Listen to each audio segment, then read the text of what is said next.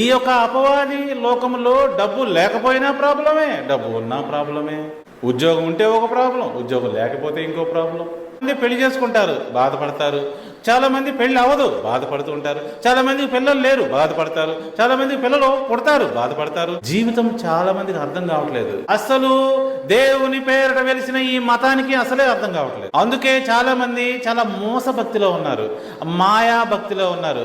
వాళ్ళందరూ నశిస్తారని మాత్రం చెప్తున్నాను.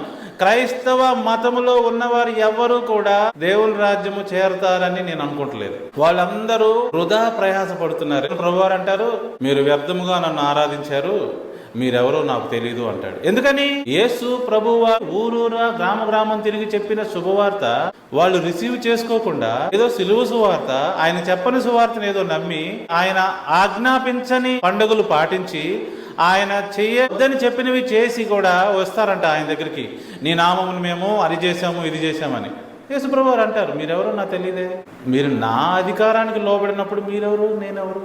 నేను రాజుని, I'm a king and you suppose to listen to me, but you didn't.